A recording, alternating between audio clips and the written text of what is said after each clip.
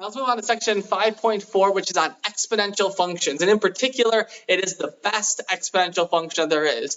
So we recall our good friend e to the x. So remember, this e, we see that with natural log. That is this base, that's this number that corresponds to 2.7, 1828, 182845, so on and so forth. So this function here, e is just a constant, but it's a special one because when we saw natural log, regular just natural log of x, that has a really nice derivative property. Log of any base does not have the same property, but natural log does. So we're going to use that all the time. And e to the x is going to have something just as nice.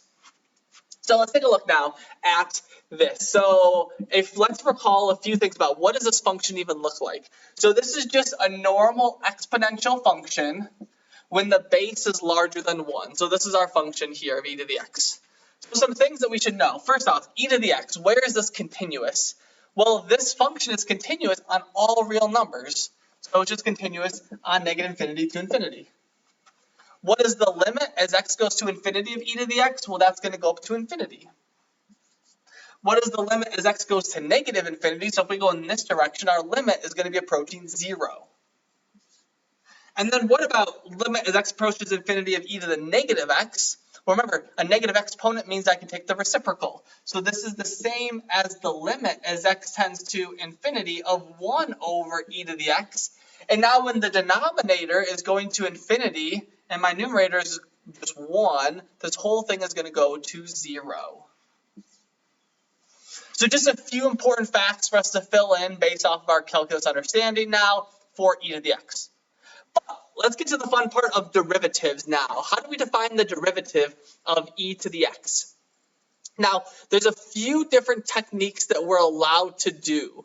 One of the techniques that we could do is to use logarithmic differentiation. So if you remember what logarithmic differentiation was, that was where we said y was equal to e to the x. And then I could take the natural log of both sides. Natural log of y is equal to natural log of e to the x. Then I could bring this down. Natural log of y is equal to x times natural log of e. And then I take the derivative. I do this implicitly. So then I would do d dx of natural log of y is equal to d dx of x times natural log of e. And then you do your derivatives. But I'm going to instead use what we just did because we know something very special about e and natural log. So something that we should remember about e and natural log is that those are inverses of each other. So e to the x and natural log of x are inverses. So these are inverse functions of one another. So what that means is that we can use what we just did in the previous section of taking derivatives of inverse functions. So if we have natural log of e to the x, because these are inverses, we know that is equal to x. Then if I take the derivative of this, I do d dx of natural log of e to the x is equal to d dx of x. Well, what I have here is in this case, I have my composition of functions. So I take the derivative of natural log. So I take the derivative of natural log. Now remember, that is going to be 1 over whatever's on the inside. Then because of the chain rule, I multiply this by the derivative of the inside. So I do d dx of e to the x. I don't know what that derivative is yet, but this on the right-hand side is equal to 1. So then I'm going to move this to the other side, so I multiply both sides by e to the x. So I have the derivative of e to the x is equal to e to the x. So here we go. This is the fact that we would like to use, is the derivative of e to the x is e to the x. So this right here is one of the most bizarre functions where the derivative of the function is equal to itself. So the derivative of e to the x, you literally do nothing, and it's just e to the x. But that's only for e to the x. That is not if we have something besides x here. We still have the chain rule every single time we do this.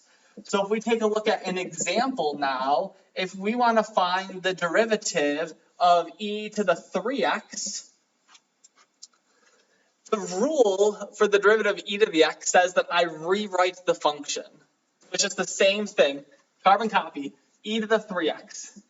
But then I now take the derivative of the inside, this 3x. So I take the derivative, this is my chain rule, so this is going to be times 3. So this is 3 times e to the 3x.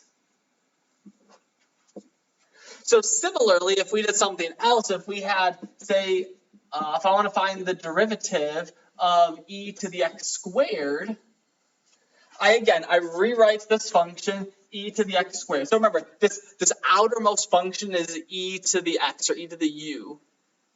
I rewrite that, I take the derivative of that, and then I put back the inside. So we're still doing the chain rule like you know the chain rule. But then I multiply this by the derivative of the exponent, and that's going to be equal to 2x. So this is my derivative of e to the x squared. Now, also note, when you see this notation of the exponents inside other exponents, this means that the exponent is x squared. If I want to write e to the x, that whole thing squared, I would use this notation instead. But in this case, I mean to have the exponent of x is squared. So there we go. That is the derivative of e's now. Really nice property, and we'll take a look at some examples of how we can also do more with this, and then we'll move on to integrals with e.